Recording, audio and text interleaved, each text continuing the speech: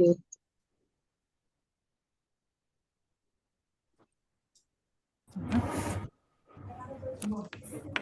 dah ambil je lah. Tu kau ambil ganti subjek dah, host ke. Salih dulu.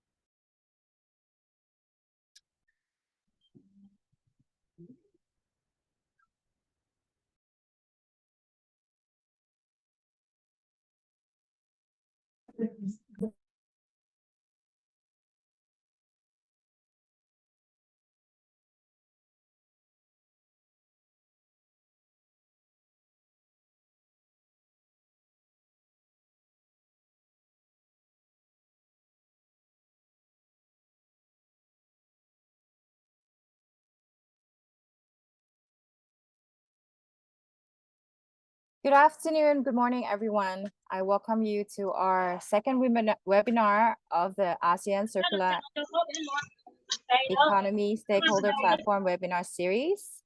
I'd like to remind our participants, please, to keep your microphone mute at all time. Otherwise, it could be very interrupting to the session.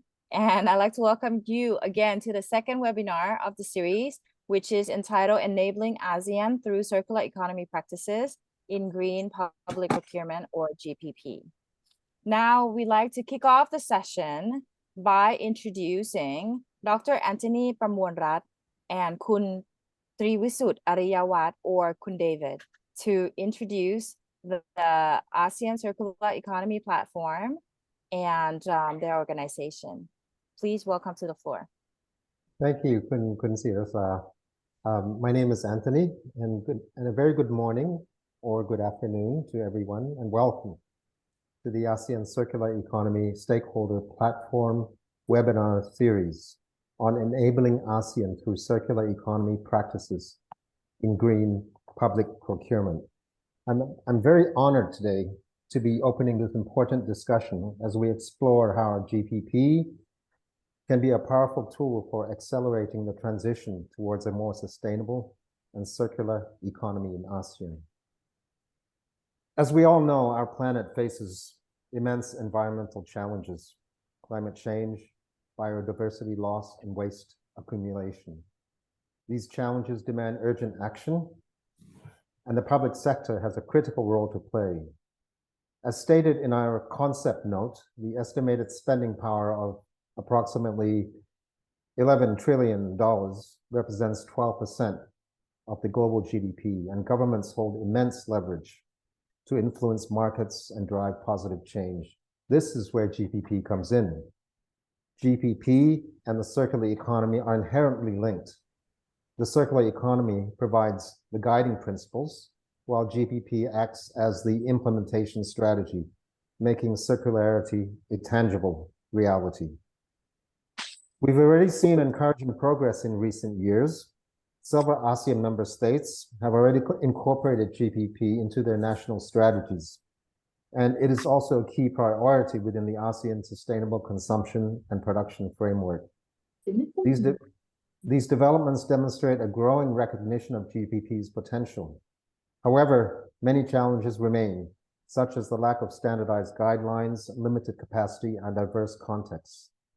Addressing these challenges requires collaboration amongst all stakeholders: governments, business, civil society organizations, and individuals. But let me just emphasize the journey towards a truly circular ASEAN requires sustained action and continuous challenge.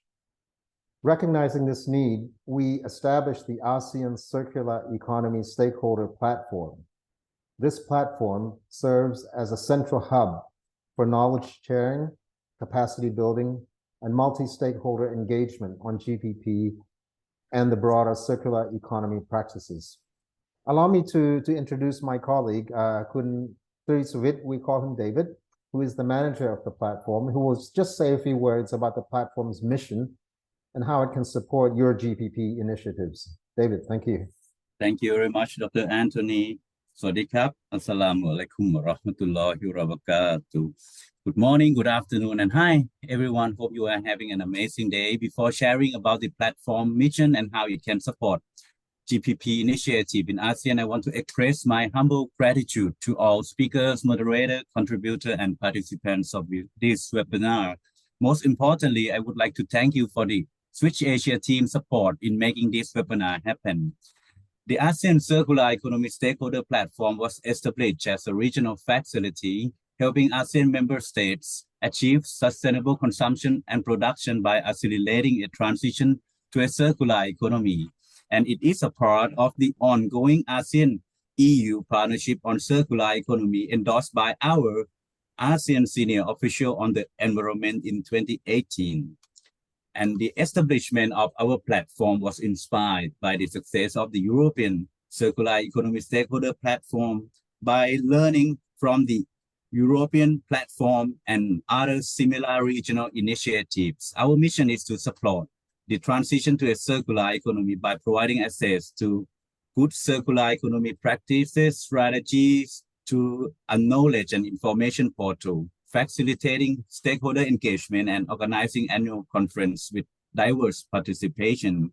And as a knowledge and information platform, we can play a complementary role in supporting GPP initiative in this region and beyond by leveraging our platform and network to disseminate information about green procurement practice, case studies, success stories, and guidelines. In other words, we can serve as a central repository for information related to green procurement initiative, providing policymakers, business, and other stakeholders access to relevant resources. And on this occasion, I encourage you, GPP thought leaders, champions, to engage with our platform or web portal to learn from diverse type of knowledge, share your stories, news, events, good practices, and business case, as well as engage in meaningful activities and collaboration. Thank you very much. ขอบคุณครับ Thank you very much, Dr. Tony and Kun David. Next, our first session of the content, we have Green Public Procurement Framework and ASEAN Practices. I'd like to welcome Elodie Maria Su, key expert on the EU policy development and the partnership building at the Switch Asia Policy Support Component, to present us with the framework. Please welcome Elodie to the floor. Thank you very much, Sudasa. I see that the presentation is coming. Excellent. So we can move to slide number 5, I believe.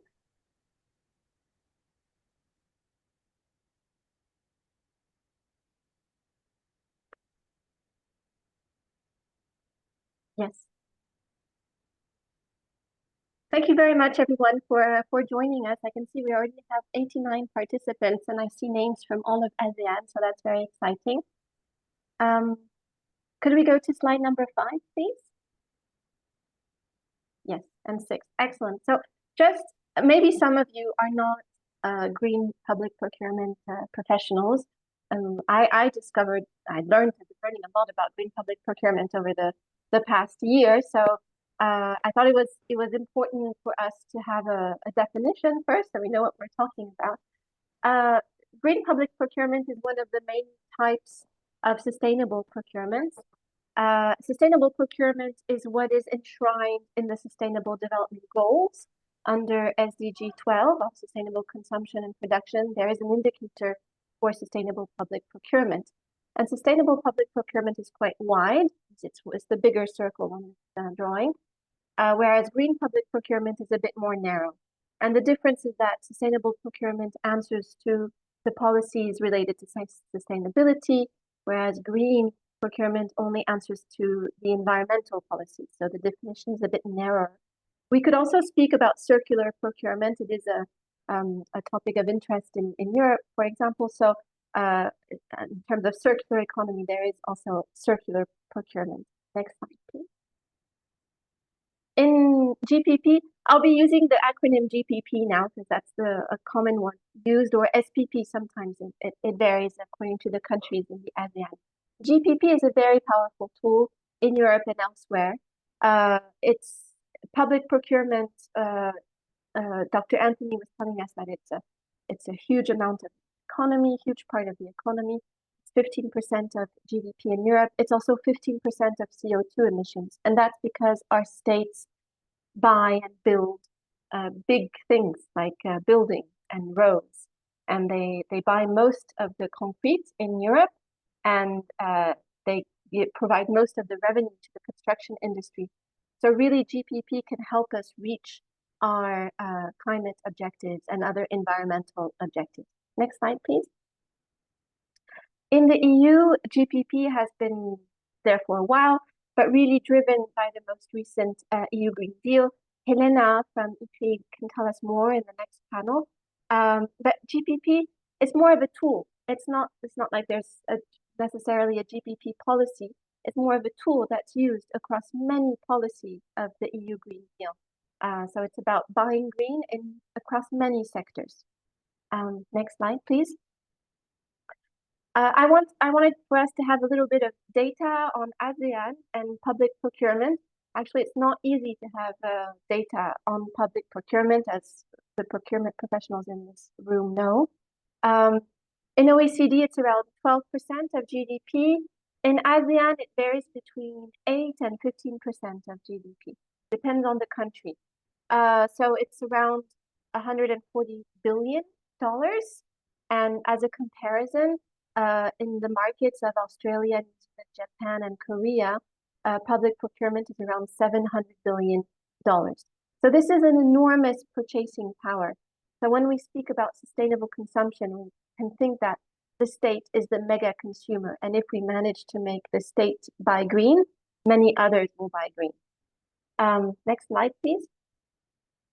So I'm going to talk a little bit about Switch Asia, because I'm part of Switch Asia and have more of a mandate to talk about this. Switch Asia has been working on GPP for a while, and across many countries such as India, Indonesia, Malaysia, Mongolia, Philippines, Thailand.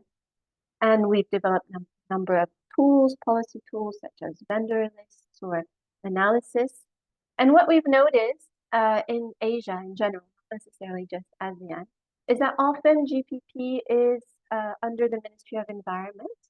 And often for now, this is very true in Europe as well, it's been about buying, one would say maybe small things like office supplies or electrical equipment. And it's difficult to say, let's buy green concrete. It's not an easy task to define what it is and to get all the procurement officers to buy green concrete or green steel. And everybody struggles in monitoring green public procurement. You can see that the data for public procurement was not always there. Well, it's even less there for green public procurement. Next slide, please. So since last year, Switch Asia, a team of experts have been working on elevating GPP. What does that mean in our context? Well, we've been covering the following ASEAN countries that you see on this map, mainly Cambodia, Vietnam, Malaysia, and also gathered data for Laos, PDR, and Thailand. And what we mean by elevating, it's a number of things. It means speaking to often the people who buy, so that's often the Ministry of Finance or the Ministry of Planning, and also going beyond those maybe narrow products that don't have such a big environmental impact. So, and we often think about going into the construction sector, for instance, but also there's agriculture, textile, there's many other sectors where green public procurement can be undertaken. Next slide, please. And now I'm going to go through three country experiences. I'll be quite brief because there's a second panel with distinguished guests who will speak about their country experience, and I do not want to steal their thunder. But I just want to set some ideas in the room before the panel starts. So in Malaysia, the institutional setup of GPP is quite planned under the economic planning of the Prime Minister's department. And then it's very well coordinated between all the different parties of the government that have a say about procurement and what it is to be green. So you see that the Ministry of Finance and the Ministry of Environment talk together in a steering committee.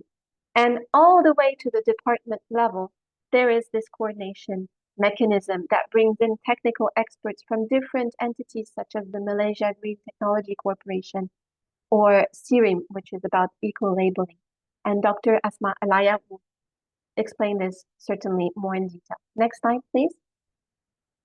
What we notice about Malaysia is really this strong interministerial coordination. But also what has struck me beyond what is written on this slide is that Malaysia gives space to buy green. Often when you buy green, the first year it's maybe a little bit more expensive. And then we hope that in following years we make savings on energy cost or other costs. In any case, the principle of buying green is not just to make savings, it's to reach the policy objectives of the government. And so Malaysia leaves that space for procurement agencies to buy green. That is very important to have that budgeting space, let's say. Next slide, please. And for Thailand, Dr. Roth will dive more into this, but in Thailand, the GPP process has been going on for a few years, and it's been under the Ministry of Natural Resource and Environment.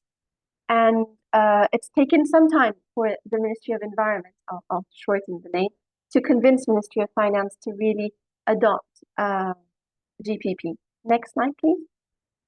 Nonetheless, Thailand's experience is really commendable in its stakeholder engagement. They've managed to bring people from very different worlds, from private sector, from policy development, together to define what it is to be green for an item that the government will buy. Yet, because it's still voluntary in Thailand, it's been difficult for the Pollution Control Department who really monitors this to get all the data. So now only 15% of the agencies submit procurement reports to the Pollution Control Department. So this is back to monitoring. Very difficult to monitor to get all the data from the right people. Certain systems need to be in place for that to happen. Yes, thank you for Vietnam. Next slide. And this is the last country that I'll talk about. Vietnam, you can see that there are many ministries working on GPP in Vietnam. Vietnam is at an earlier stage of GPP than Malaysia, Thailand. Obviously, ASEAN is very diverse and there's different stages. Vietnam adopted a new law on procurement last year. And for the first time, put in its law the mention of opening the possibility for SPP, or Sustainable Public Procurement, or Green Public Procurement. So it's starting. And you see that all the 4 ministries with the Ministry of Planning in the lead have to find a way to talk together to make this happen, to make GPP happen in Vietnam. Next slide, please. And with its eco-labeling system that's already in place, there is really a great potential for Vietnam to carry this forward.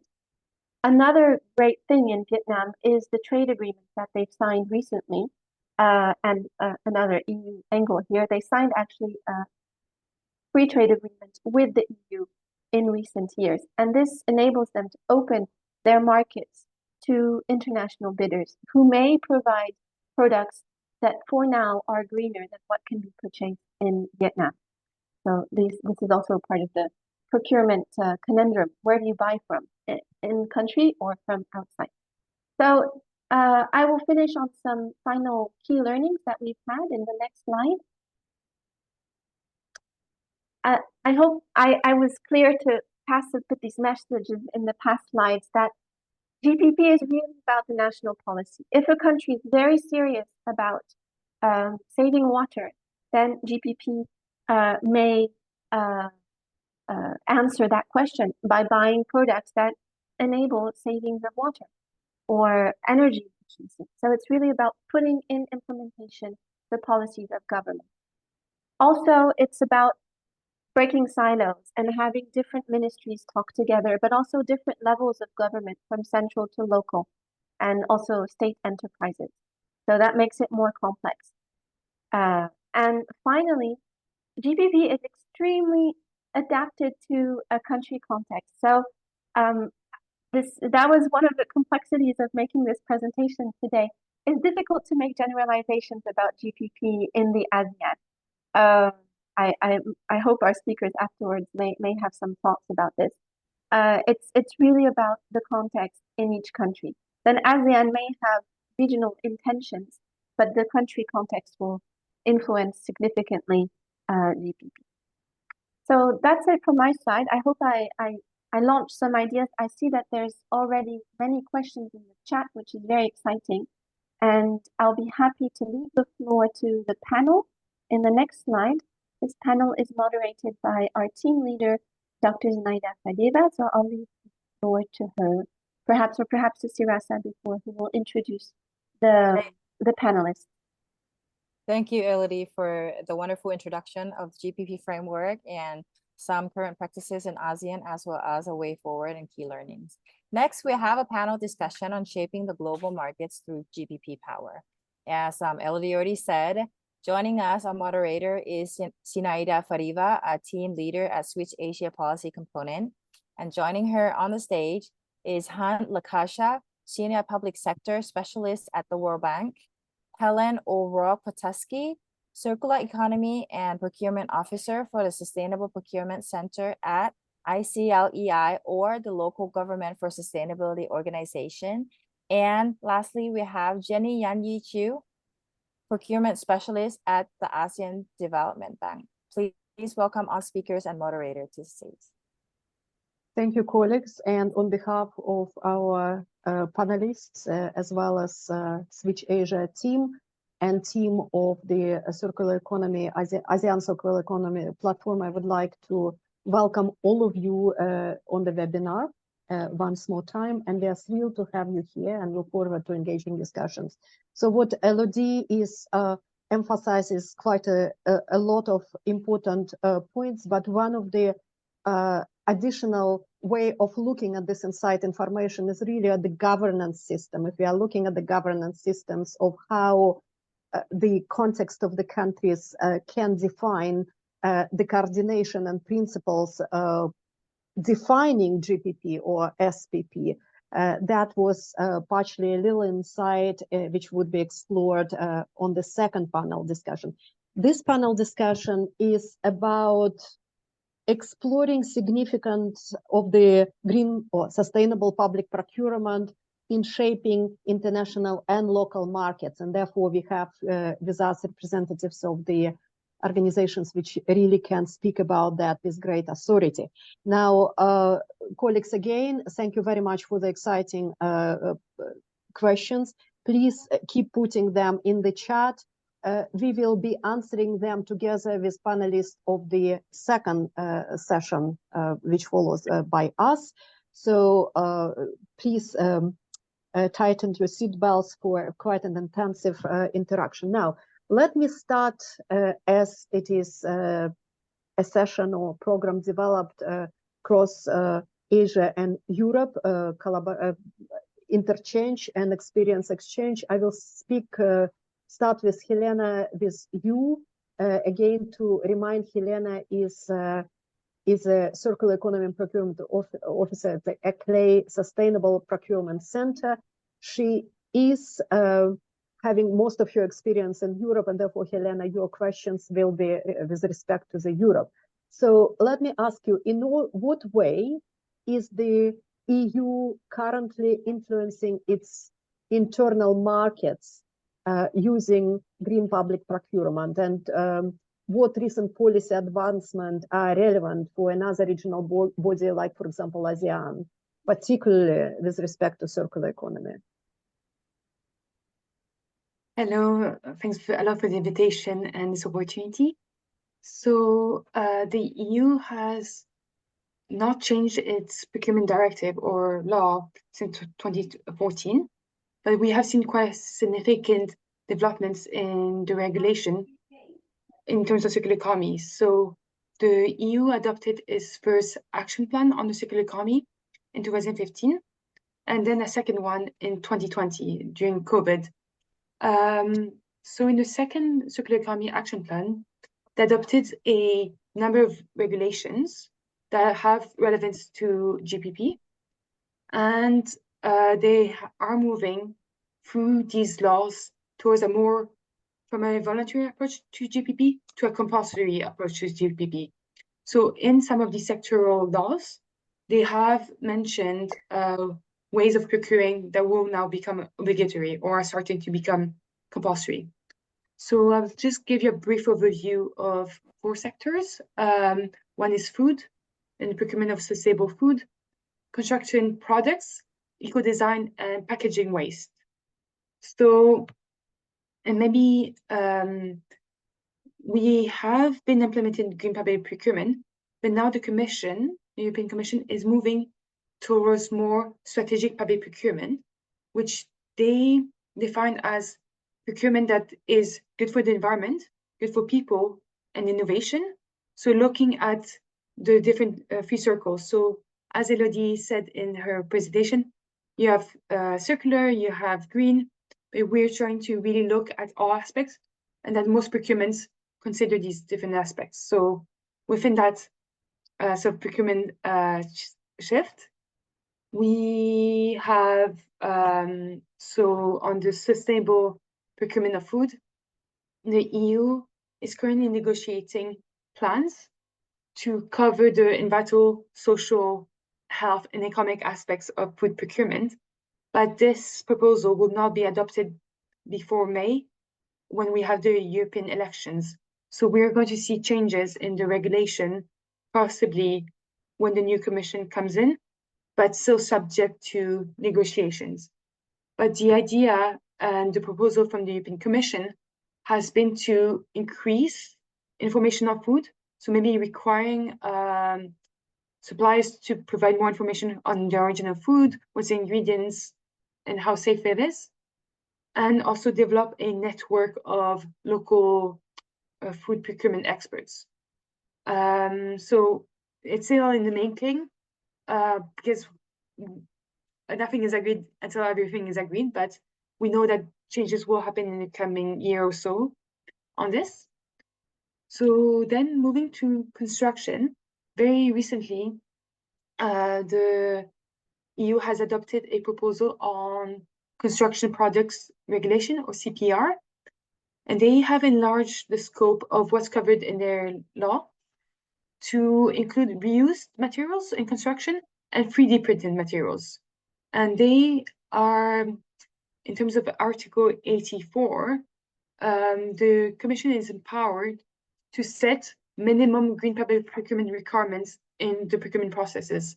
So for products where it's easy to harmonize these standards, they will set standards or thresholds or performance classes that could be used by public procurers to sort of embed these minimum criteria in procurement construction products, so bricks, steel, aluminium, etc.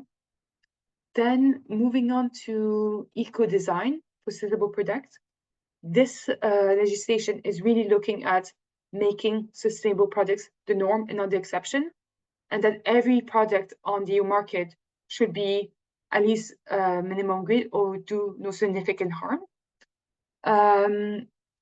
And they have expanded the scope now to include more products. So now we're looking at things like tires, chemicals, ICT products that should be as green as possible.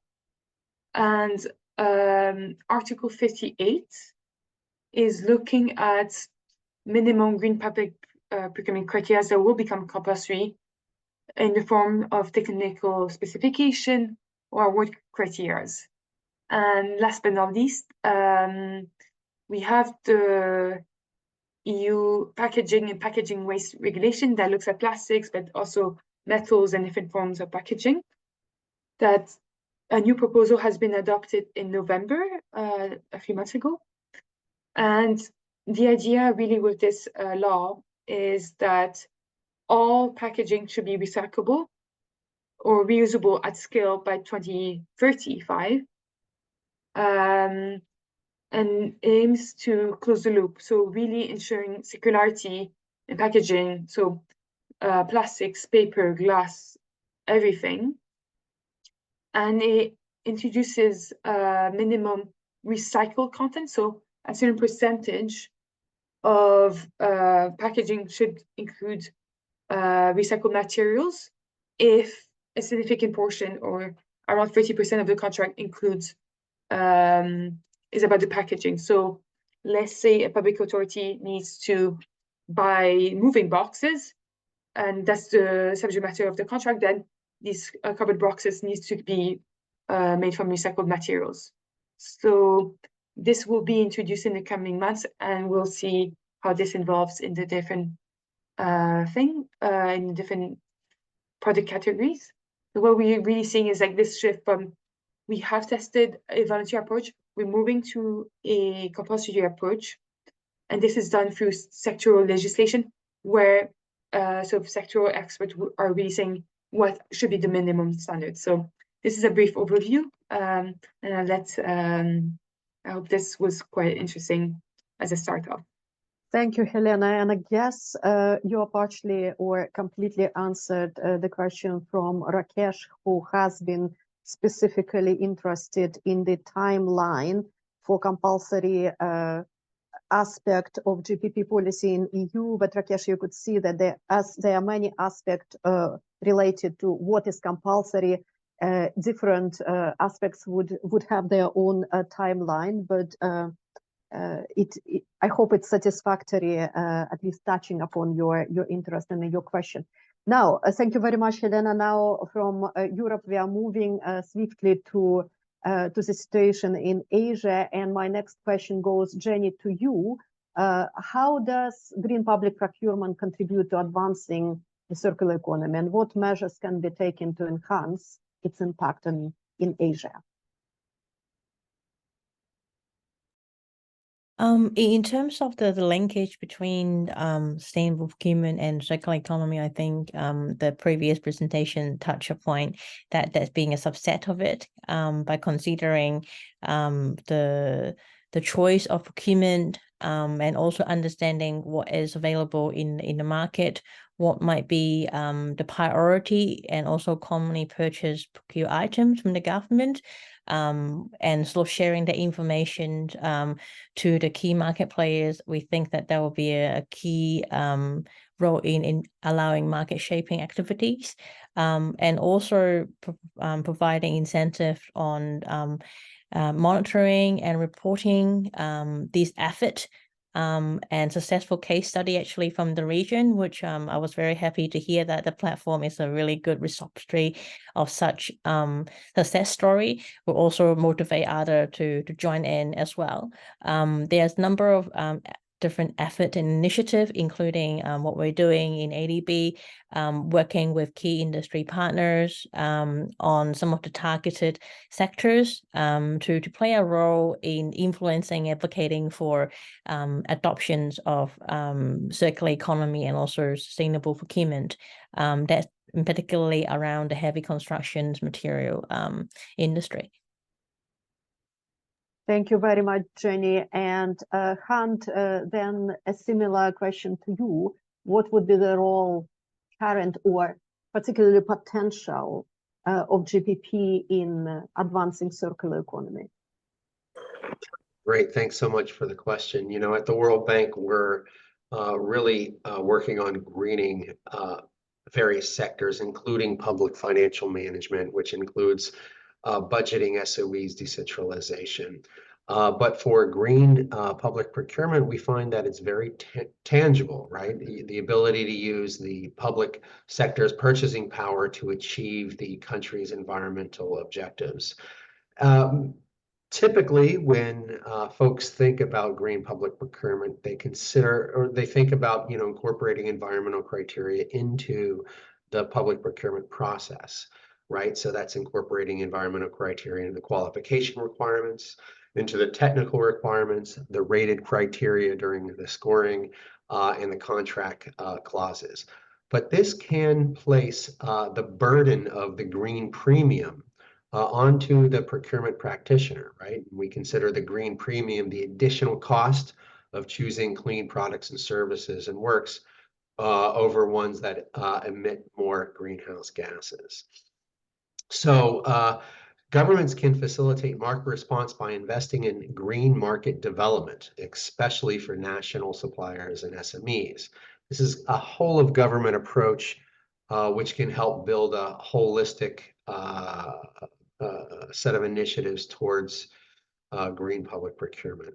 So these ideas of building a green market place or a green market development would be, working with government ministries and departments on regulations, such as incorporating product bans or fines, setting environmental standards, putting together recycling schemes, and incorporating in mandatory product liability.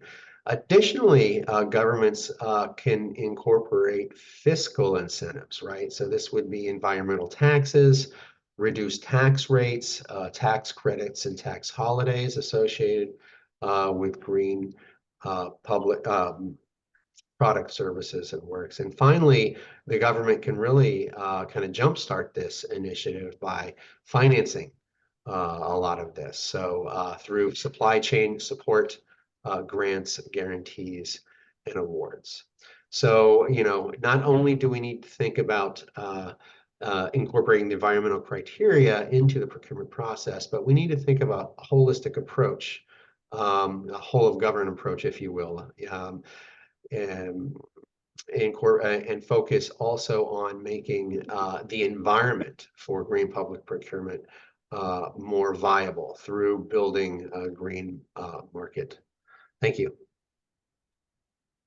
Thank you very much, Hunt. And again, it is a nice interplay between your intervention, your reflection now, and what Elodie has been showing before about the examples from different countries where really the coordination between different responsible ministries or line ministries is one of the biggest conundrums governments now are trying to address by establishing mechanism for collaboration and getting beyond the silo approach. And yes, your point about move towards market transformation and GPP as tool for market transformation is particularly important. Let me stay with Jenny and Hunt for now and ask you both another question related to nationally determined contributions of the countries, meaning to the climate change. So we know that fewer than 10% of countries globally have included GPP as a tool to mitigate climate change in their NDCs. This indicates that GPP is not yet that significant from the perspective of government as a policy instrument for achieving their strategic development objectives, in this case, achieving climate change, right? Or some other affiliated questions.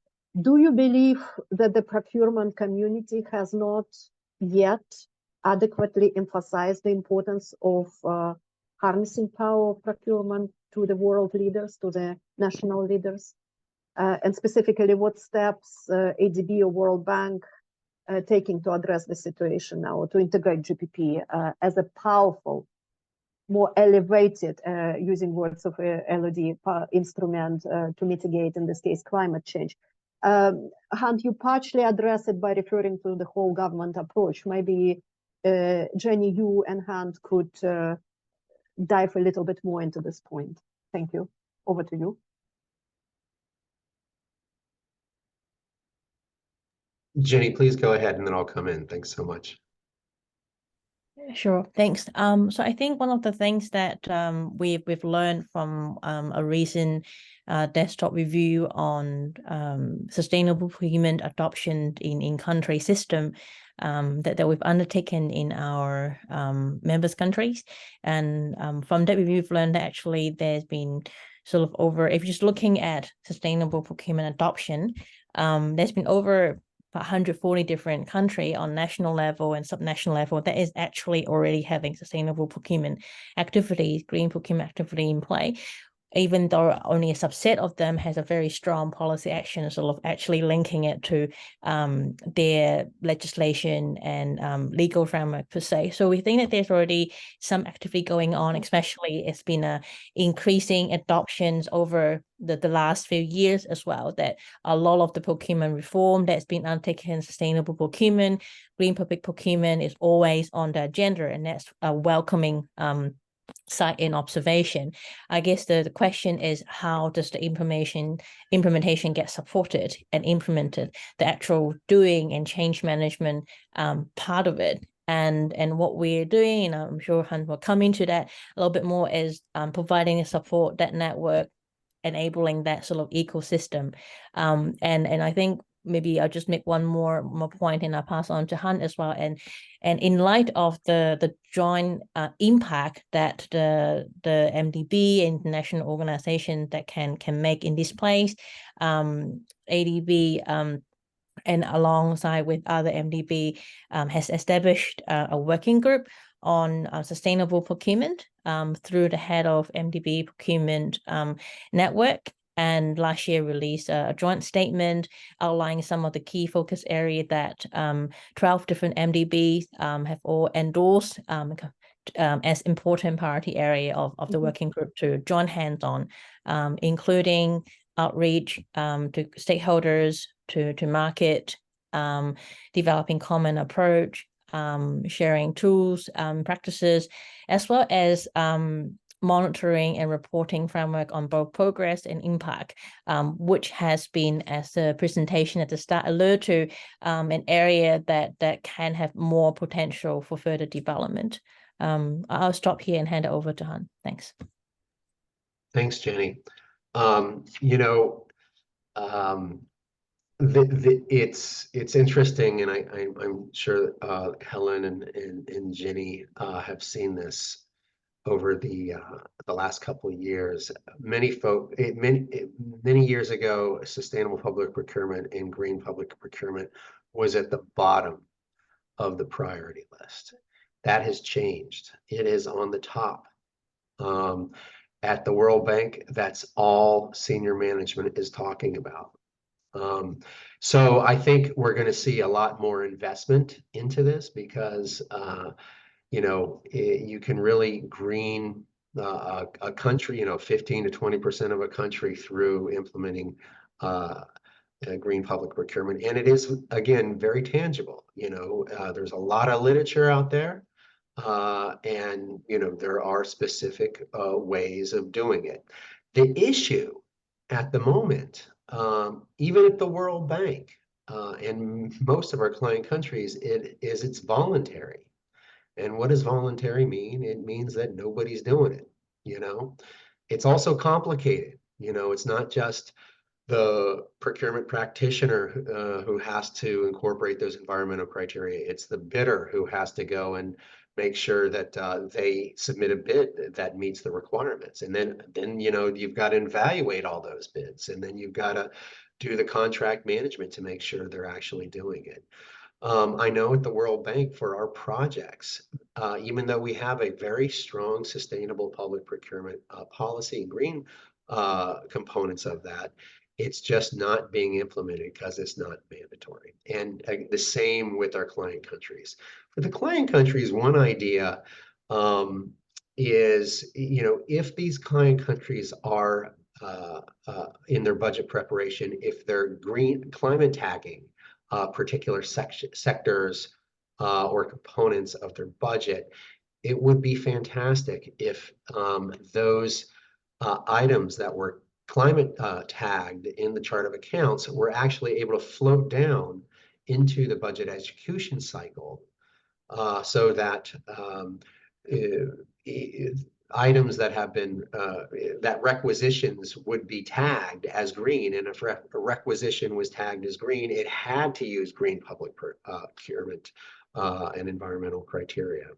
So these are just some ideas, but I think this is happening organically. We are hitting the tipping point. You'll see over the next couple of years that voluntary will turn to mandatory. And it's about information and training, making sure that the information is accessible. It's about networking and having events just like this and online forums. And it's about virtual trainings, e-learning courses, face-to-face dialogues, and providing technical assistance. But it's a great question. Thanks for sharing. Cheers. Well, the organizers are telling me that we are running out of time, and therefore let me just go to the last question, which I will into which I will aggregate some ideas which I wanted you to share. So, and the question would be for you within a minute or two to articulate the most critical factor that could transform GPP into more powerful tool beyond, Hunt, as you say, well, beyond the talking and recognizing its potential for facilitating transition to circular economy. I would actually very happy if you could maybe refer to your previous interventions where you mentioned some of the good examples or good practices. So what are those tools? And also maybe you could, as a sideline, incorporate into your answer. So to what extent the concern about climate change now elevates the significance of the GPP? So it's a complex question. So about great leveraging initiatives already going on, critical factors which would make it even more powerful, and the role of climate. So 1.5 minutes each. So who would like to start? Jenny, I think you look very ready, please. Thank you. I think I was talking about the impact that monitoring and reporting on impact can create, and I think having such two, linking the ambitions and commitments the country has committed to in relation to climate change agenda, and then also kind of aligning that with circular economy commitment might provide a same language for demonstrating and monitoring, tracking policy commitment. And then that also practically address kind of the big so what question of what are the actual impact of sustainable procurement. What does doing circular economy do in terms of the actual impact and benefit environmentally, socially, or in other dimension. So that would be something that we look forward to working with different partners further on. Thanks. Thank you. Excellent. Good indication of leveraging points and invitation for collaboration. Thank you, Jamie. Helena? For me, the key ingredient for change is collaboration. So in Europe, the best examples of GPP that we see, or circular public procurement, is really when the procurement department and the project managers of a project collaborated, exchanges ideas. And sometimes it's like learning by trying. So first piloting something, trying, it might not be the right solution, but then scaling it up once you find a way to work. So change is difficult, but it's possible, and it requires multiple brains. And so for this multidisciplinary approach, I would say, and also sharing of best practices. So we have the European Stakeholder platform, European Circular Economy Stakeholder platform, where we exchange best practices on circular procurement and seeing how this can be done.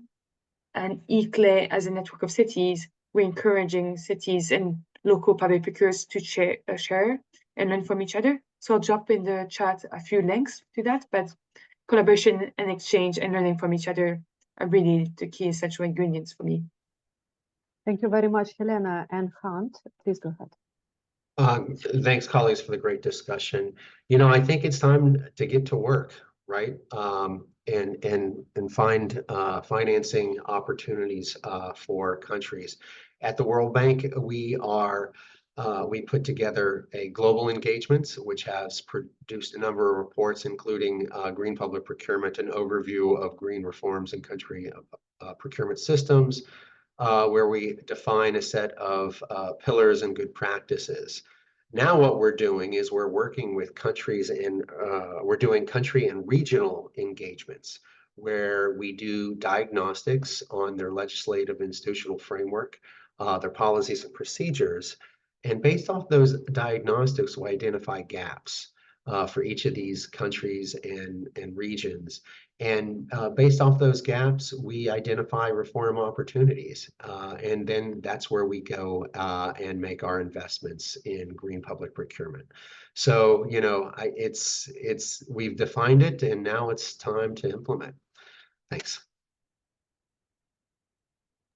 Thank you very much, colleagues. With this, we are left with a task to thank our excellent panelists for all of the insights. Colleagues, you are very welcome to answer to the participants on the chat. There are quite a number of interesting questions, so it would allow you opportunity not only to react, but also refer them to some materials which you can paste there. And our audience, please do not hesitate to put more questions there. But it's very clear that it's time to roll our sleeves, as Hunt you have mentioned, and identified collectively where the countries have already achieved significant gains, either at the level of governance or rules and regulations or allocation of the goals and objectives and targets, and where the gaps are, where we indeed can again use the same the partnership which is unfolding to address them. Thank you very much, and we are turning back to Sirasa. Thank you. Thank you very much, Sinaida and Hunt and Jenny and Helena for such an informative panel discussion. Next, we're scaling down to our ASEAN region in a panel discussion on GPP innovations in ASEAN and the roadmap to regional collaboration. I'd like to welcome Elodie back to our on stage as the moderator, and joining her, we have three panelists. First, Thamrongrat Mungchareun, Advisor and Executive Committee at the Thai SCP Network, obviously from Thailand. And we have Asma Alia, Senior Lecturer at the Faculty of Built Environment at the University of Technology, Mara, from Malaysia. And lastly, we have Rovina Candice Ruiz, Executive Director at the Government Procurement Policy Board from the Philippines. Please welcome all speakers to the stage. Thank you so much, Sirasa, for this introduction. I'm very happy to be together with this excellent group of experts.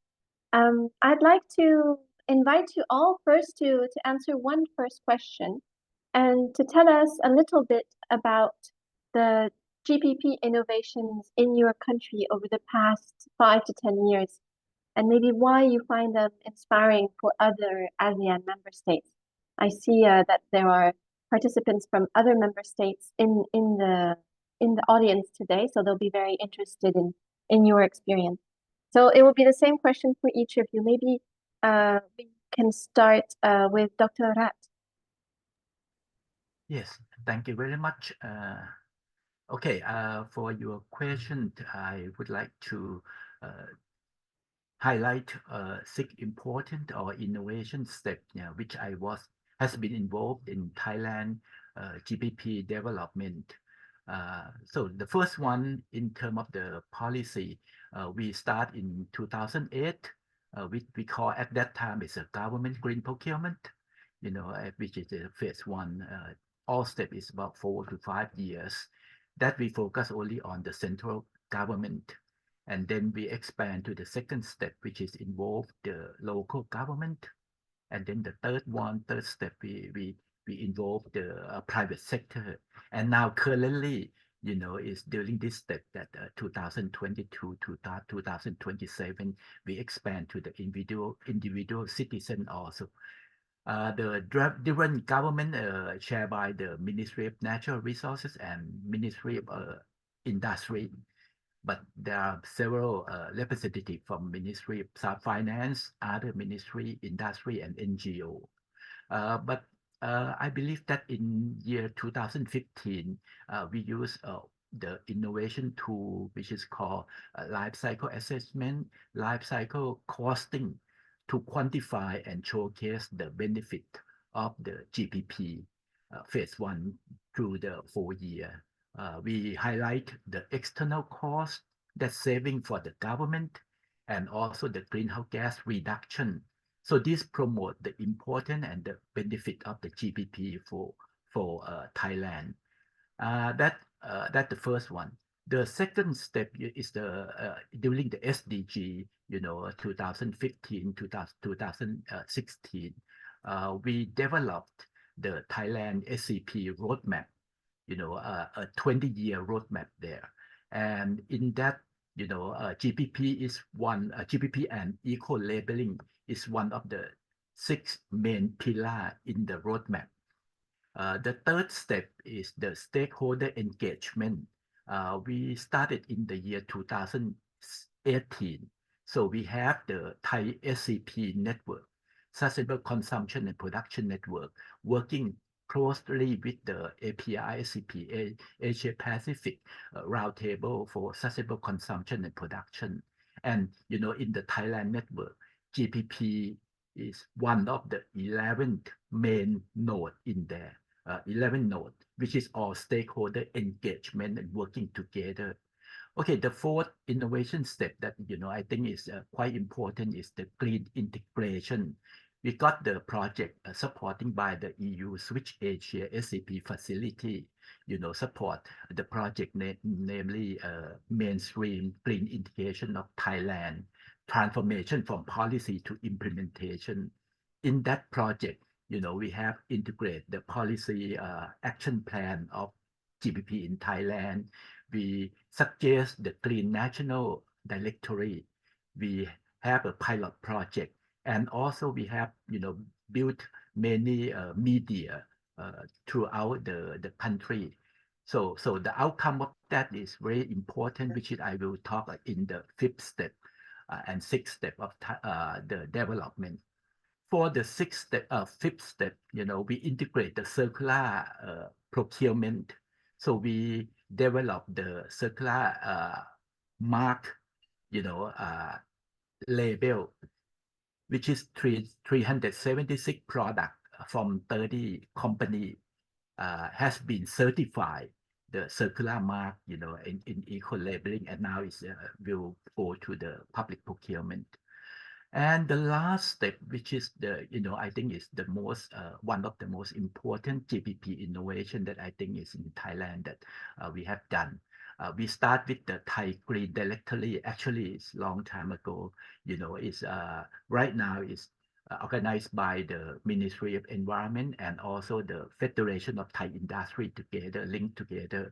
In there, we have directory and the vendor list registration system. This is also supported by the EU Switch Asia also. So it's become the national platform for green product and services in Thailand, and which is, I think that quite good that it can be disseminated later on. So that I would like to talk in the first question. Thank you. Thank you so much, Dr. Wat. That's very interesting to know about this stakeholder engagement. And I was also interested to know about your circular mark label.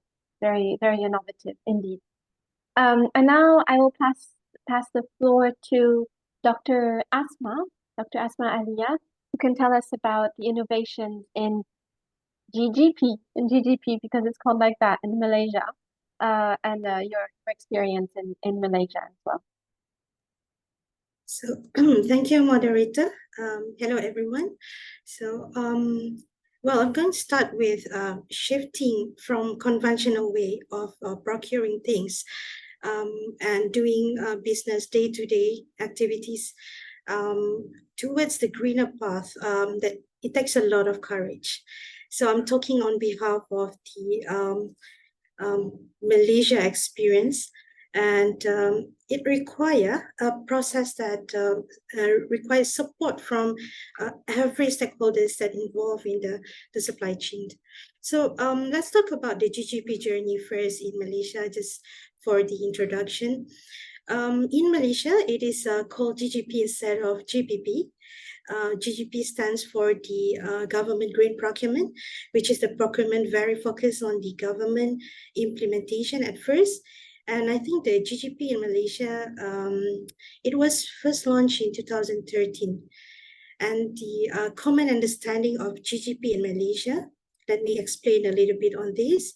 It is a government procurement that, of course, aim to integrate the environmental consideration in the government purchasing, taking into the account the protection of the natural environment, of course, reduction of pollution, and the conservation of resources.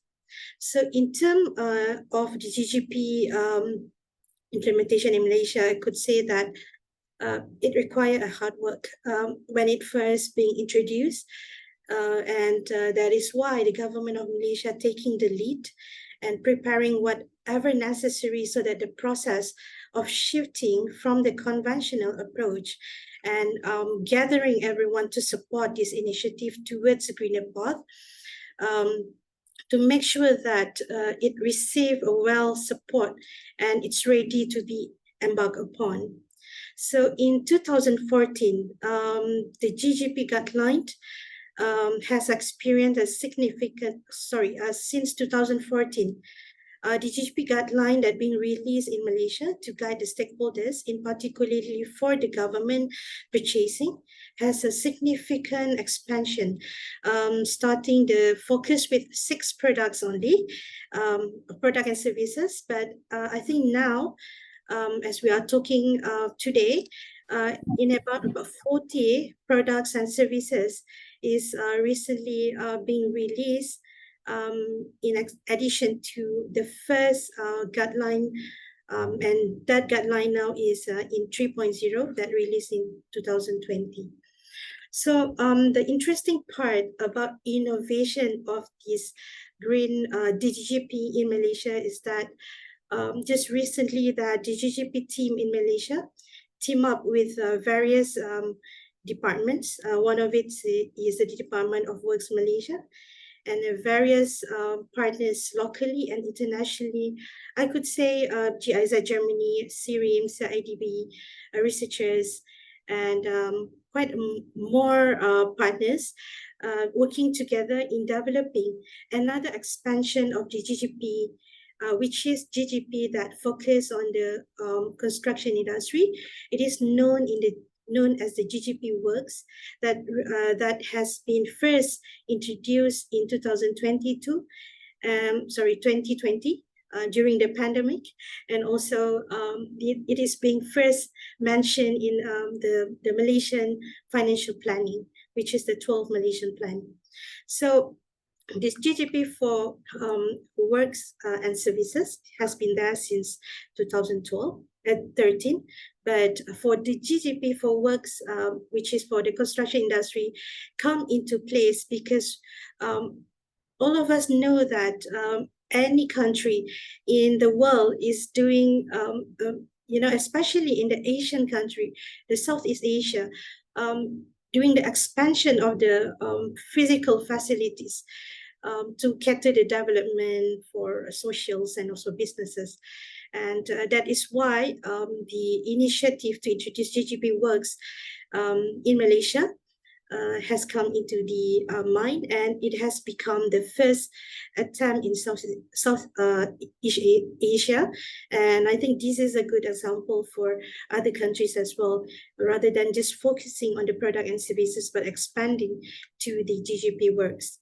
So I also would like to highlight the point where the GGP in Malaysia is supported by the establishment.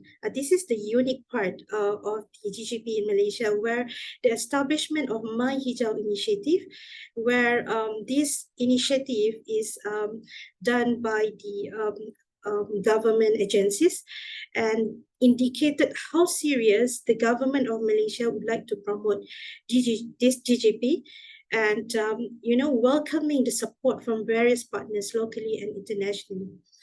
Thus, it aimed to encourage the industry to move together towards the greener purchasing. So these are the things that I would like to highlight on the Malaysian innovation situation on the GGP in Malaysia.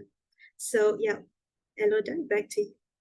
Thank you so much, Asma. Thank you, Dr. Asma, for this. I agree with you. I mean, ASEAN is growing. It's the region of growth in the world. So you're building for it. And see it when we travel throughout Southeast Asia. There is always a construction site. So, and diving into works feels like a necessity to reach your climate objectives and your circular objectives. Ms. Morena, now I pass the floor to you to present the I'm confused now, GPP, to present the GPP innovations in the Philippines. Yeah, thank you, Elodie. I hope you're hearing me right. Perfectly. All right. Good morning, good afternoon, good evening, everybody. I'm very honored to be part of this discussion. In the Philippines, I think we're a little bit different in the sense that our first attempt in trying to implement green public procurement was way back in 2004. But this was through a presidential issuance that really didn't fly because it was really more of a, sort of generic green public procurement policy, focusing on how to encourage and to make the local market competitive in terms of green public procurement.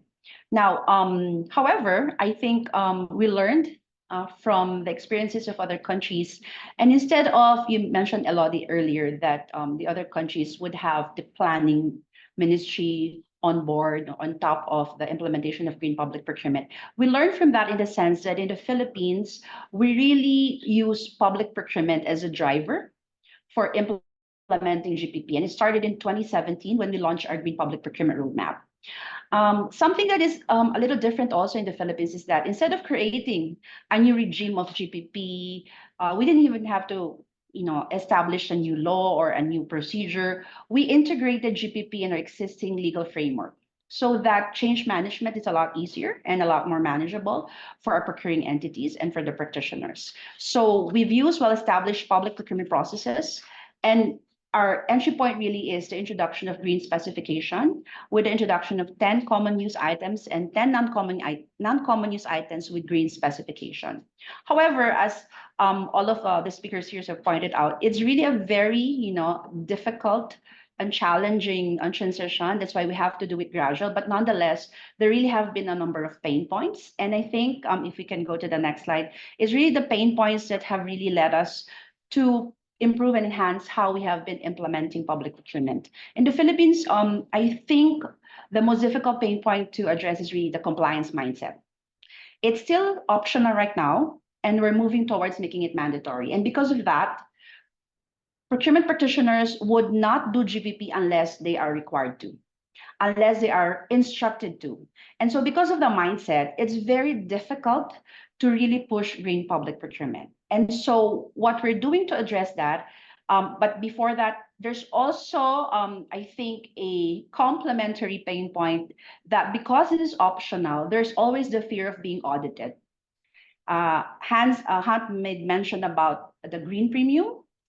So our procuring entities, our practitioners would never go green unless it is required because the auditors might go after them for choosing something that is more expensive, supposedly because it has a green specification. Why not choose something else? So because of that, because of this challenges that we have encountered, we are learning from those, and then we are trying to implement some intervention. Just last year, the GPPB, sorry, I forgot to mention that in the Philippines, instead of the planning ministry or the finance or the environment ministry, green public procurement is being implemented through the Government Procurement Policy Board. So that's a procurement policy office that's pushing GPP initiatives in the Philippines. So we're really using policy and regulations as a driver for GPP. And so how we have done that just last year, we have started the pilot for more products that would be included in the green public procurement list. But instead of expanding the products, we have instead come up with 7 broad categories of products where we have incorporated green specifications where procuring entities may actually pick and choose which product would be best for them to implement first. Among the broad categories would include construction materials.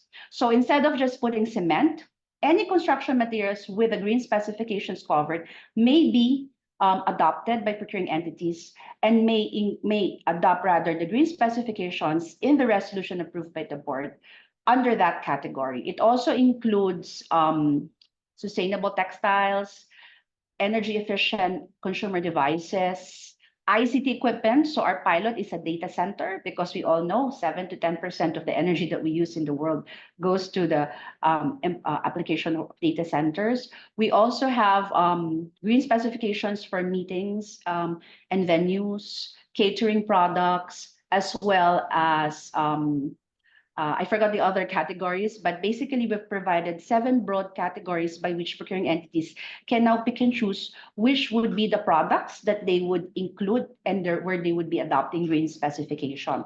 And the idea is after the pilot of this project, we will be mandatorily requiring procuring entities to actually include the green specifications in their projects. Now, these are the things we're doing that now, but way forward, we do have other projects in place, which I think would be helping us address the pain points that I've shown you on the screen earlier on. Number one, we are working to really encourage, or how would I say, incentivize procuring entities to include in their budget proposal, as early as budget proposal, green projects. Okay, so it doesn't have to be just buying specific items that has green specs.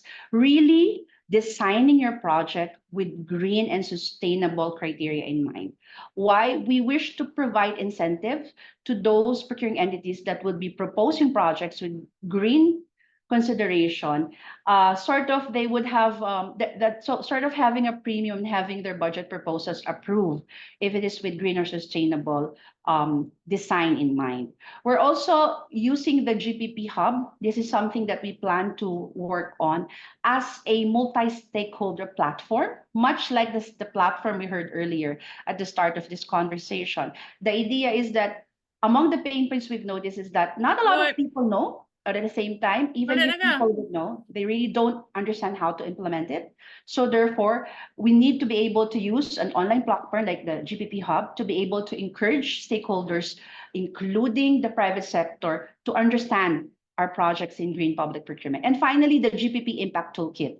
It's a multi-dimensional toolkit where we're not just counting how many products with green specs we have bought, how much these GPP items cost, but the actual GPP impact. It's multidimensional, so it would have environmental, social, and other dimensions that we think would help encourage the public, not just the practitioners, to understand why we need to go green. Why are we doing sustainable public procurement in the Philippines?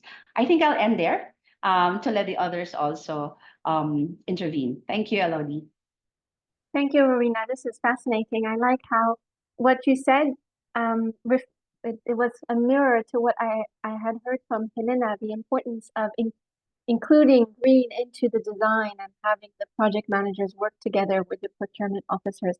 So how we have a shared practices across continents. It's interesting to see that. I have another series of questions for the three of you. I'll ask them both at the same time because I know that your answers will probably be a bit more brief about them, but I think they'll be very interesting to the audience. I'd like to know more about each of your countries' experience with SMEs and GPP, because if some of you may know the ASEAN SCP framework, and it really refers to supporting SMEs through GPP. So how does that look like in your country, if there is anything in relation to that? And my second question is about communities of practice. So what they are at national level in Thailand, Malaysia, and the Philippines, and maybe how you consider the current platform that is hosting us today, the ASEAN Circular Stakeholder Platform, and how this could become a new platform for ASEAN communities of practice. Now I'll start, I'll mix things up and I'll start with Dr. Asma Alia. Thank you.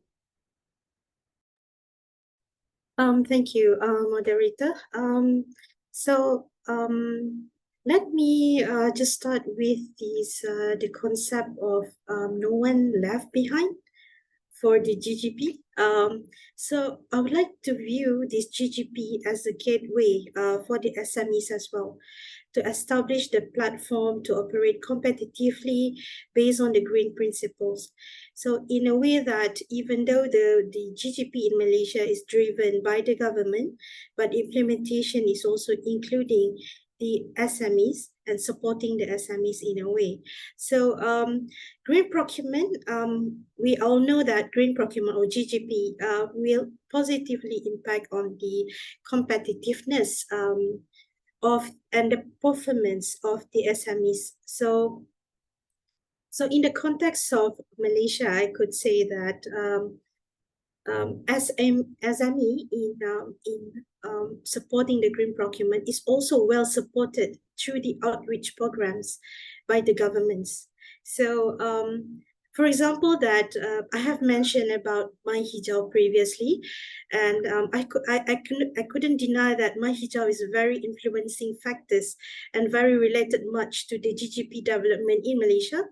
My Hijau, it's a tool that support the SME and allow the SME to register their product and services, for example, and under My Hijau mark, where My Hijau mark, it's one of the initiative under My Hijau, and to market their product on the My Hijau website, which also collaborated with the online platform like this is very interesting initiative by Malaysia, a collaboration with the online shopping platform like Shopee. So just recently in 2023, they have this campaign called Let's Buy Green, or in Malay, Jom Beli Hijau, products and services, and advertise on this platform that aim to raising the awareness not just among the government procurers, but also to the community at large as well. So this is one of the initiatives where, although it is a GGP initiative, but it is reaching to the throughout the supply chain as well, including the end users or and the buyers of the products towards the end. And this is where that helps the SME to promote and product their services, and welcoming the new SMEs to venture into green product and services business. So furthermore, another interesting point about the how the GGP in Malaysia is supporting the SMEs is that the innovative approach by the government, in a way, developing another digital platform. I think this is the initiative by MGTC. We should give some credits to these initiatives by MGTC, the Malaysian Green Technology Corporation, where the introduction of the digital platform called Odela in collaboration with the SME Bank in Malaysia. So this platform is the B2B, business to business e-commerce marketplace designed to cater the small, medium enterprise SME and support them in one ecosystem. So this is very interesting because, back to the concept, no one left behind. So, I think what the government did also, persuading people to venture into something new is very difficult and very challenging. So the government is giving some support as well in terms of giving, the tax exemption, for example, the initiative under My Hijau mark as well, where any product and services that registers under My Hijau mark, it's eligible for the green the GTE initiatives. That's what the government did for the past few years since the introduction of GGP in 2013. So I would say that in going towards the GGP initiatives by the government for product and services or for works, this SME involvement is crucially important to support the growth of the GGP in Malaysia. So anything that that help them to grow, I think if they take this opportunity, if they willing to open up their mind and share the responsibility in protecting the earth. Of course, at first venturing into something new is very costly and involve a lot of costs, but it is also need to be balanced with the responsibility of the SME, the organization, to protect the environment as well. So yeah. Back to you, Ellen. Thank you very much, Dr. Asma. I will ask you a question and leave you a little bit of time to think of it. It's a question from the Q&A, especially to you, about the participation of women-led SMEs in GPP, how the market is responding to this initiative, and what is the percentage of participation of women-led SMEs. So I let you think about this.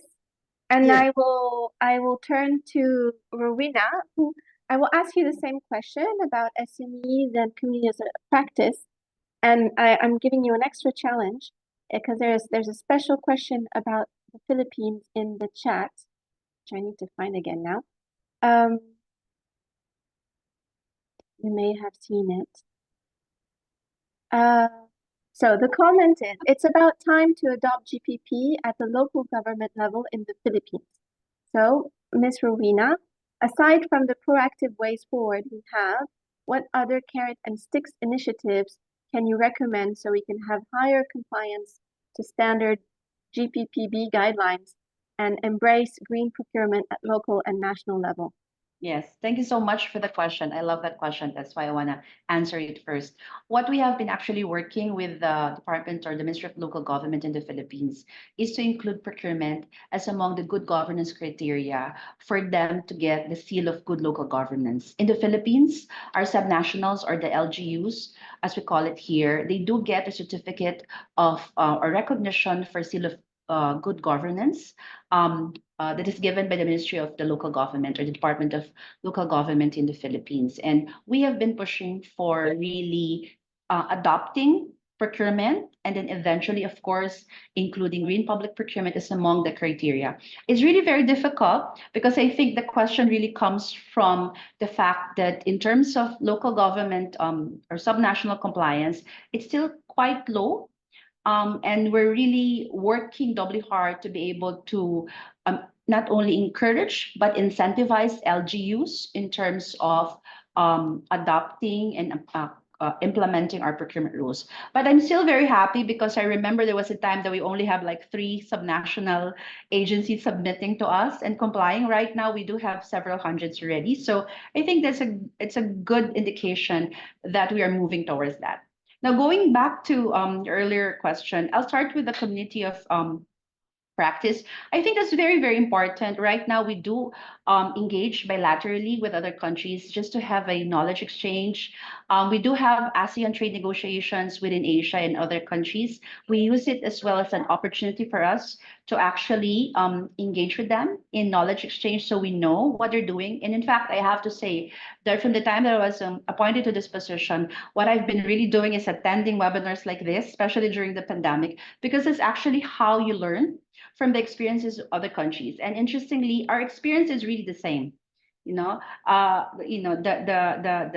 difficulties in starting it, transitioning to green public procurement, and the challenges that comes during the implementation and how to enhance it are quite the same. So I really think that collaboration really is key, and collaboration doesn't have to be formal. It can be informal.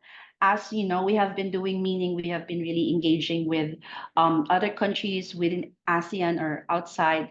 Just last year, I was invited by Indonesia under Sustainable Public Procurement Forum. Malaysia was also there. So we did have a very interesting discussion on how we have been implementing, particularly in Malaysia, in terms of implementing the subnational. That's what I learned. Now, on the other question, in terms of SMEs, well, I think to contextualize it, in the Philippines, 99% of registered entities are SMEs. So you can imagine that 99% of the time, SMEs join our public bidding. In 2022, we had a procurement summit that is centered on the theme of sustainable public procurement. And we saw really quite a lot of SMEs really pushing for use of green and sustainable design components in their products. So I really think what is needed is it's a multidisciplinary approach, in the sense that we really need to have our trade industry also pushing for competitiveness and capacity building of SMEs. The challenge I also see in terms of public procurement is that there's just not enough of them to cater to the requirements of the government. So often we would have MSMEs or SMEs rather losing to bigger companies because they don't have enough of the products that is needed by the government. So one of the ways by which we are working to address that is, just like Malaysia, we do have a lot of outreach programs. Part of our outreach programs is not just read the training or information session, because still a number of SMEs would not understand public bidding.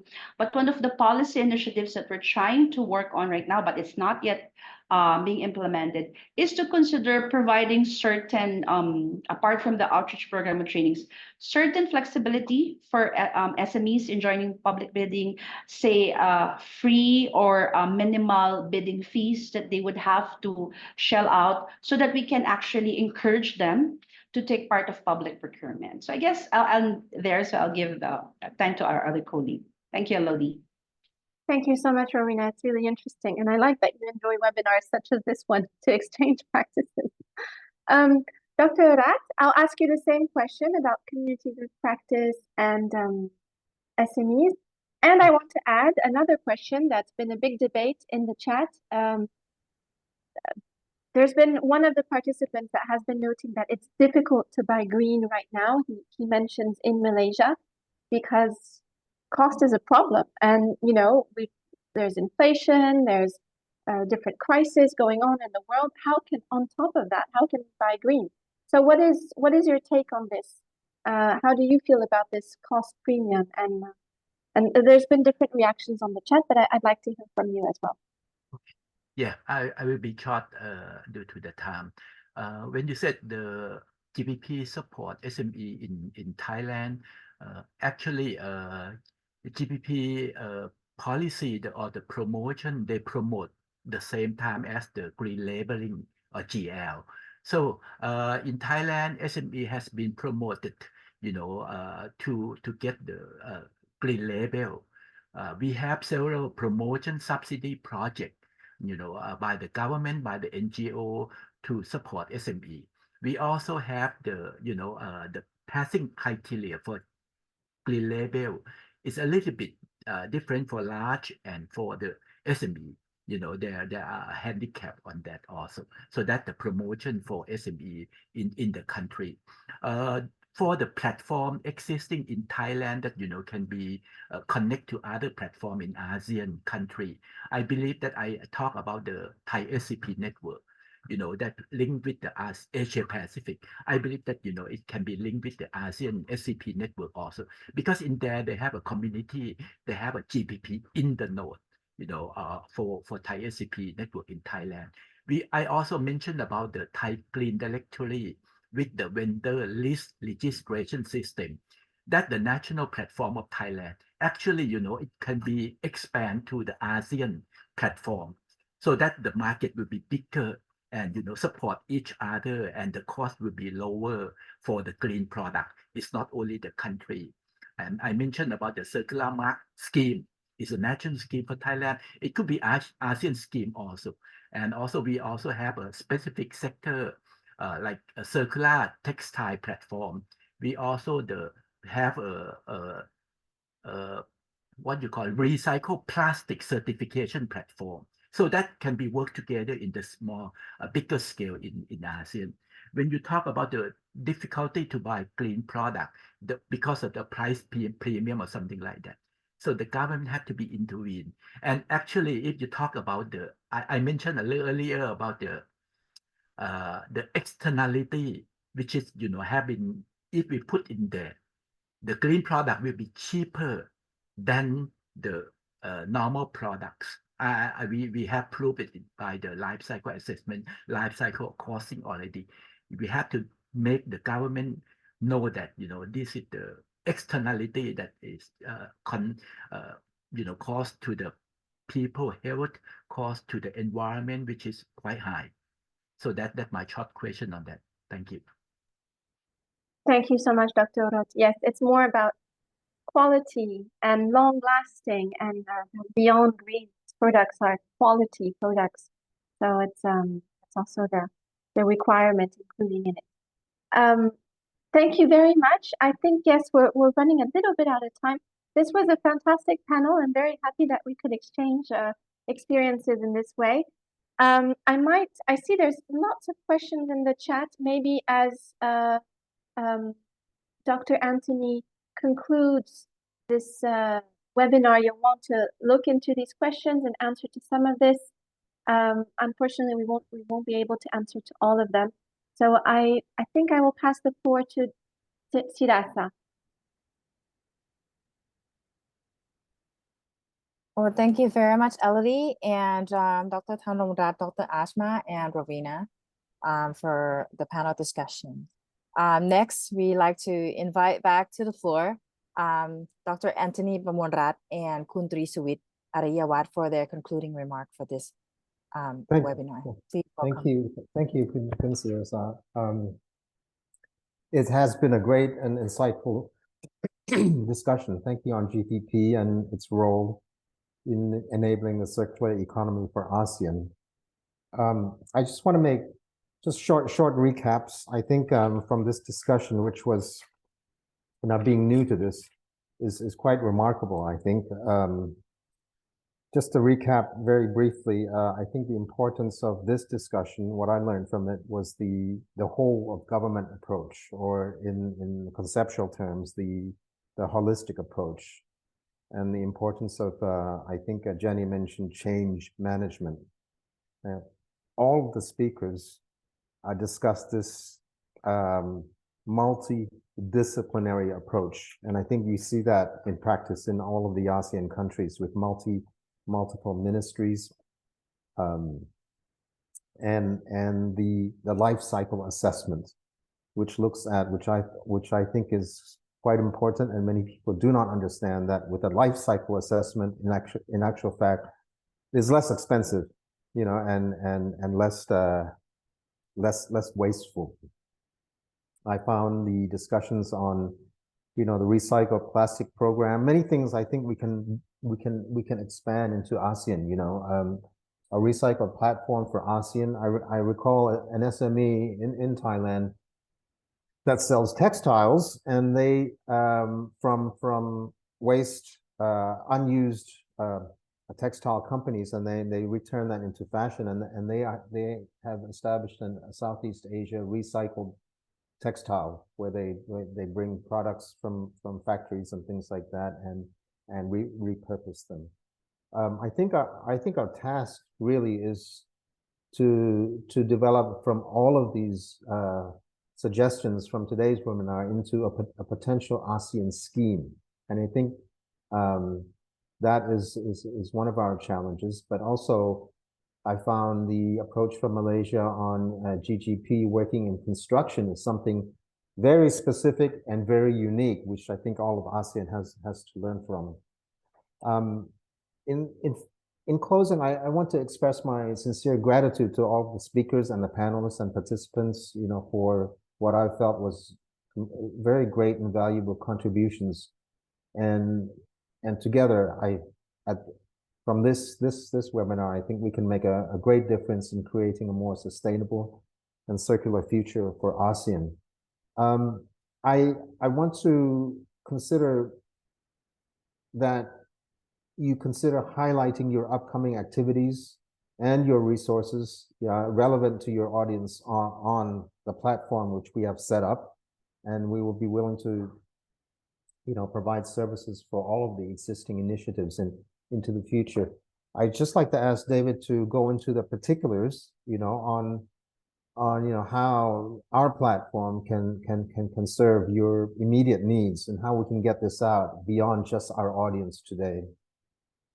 Okay. David. Okay. Of course, as a knowledge and information portal, as I mentioned earlier, we can leverage our platform and network to disseminate information, but not only disseminate information, but support in engaging with different type of stakeholders. Yep. And today it was such a fruitful discussion with many constructive exchanges. I noted down many ideas, knowledge, interesting facts and trends. And there are some points that I missed to note down, but thanks God and thanks to the Switch Asia team, the recording knowledge summary of this session will be summarized and shared afterward. And you can, if you have any sort of GPP or GGP knowledge and cases or practices that you wish to share, please visit our web portal. Simply click on the top right corner of our web homepage or the bottom section of the page to contribute your knowledge. And please, of course, most importantly, stay tuned to our webinar series and upcoming activities, and have a fantastic day. Over to you, Dr. Sirasa. Thank you very much, Dr. Tony and Kun David. And on behalf of our share, our organizing team from Switch Asia, our speakers, our moderator, as we'd like to thank you, sincerely thank you for your such a constant participation, a lively conversation and question coming through the chat box. I just like to remind you to keep an eye out for our emails for our next webinar, webinar 3 for our series. And we look forward to having all your participation in the next webinar as well. And soon, within this month, the report of this webinar will be published. And I think right away after the webinar, you will get the recording of the webinar. So sincerely thank you everybody for joining. Thank you.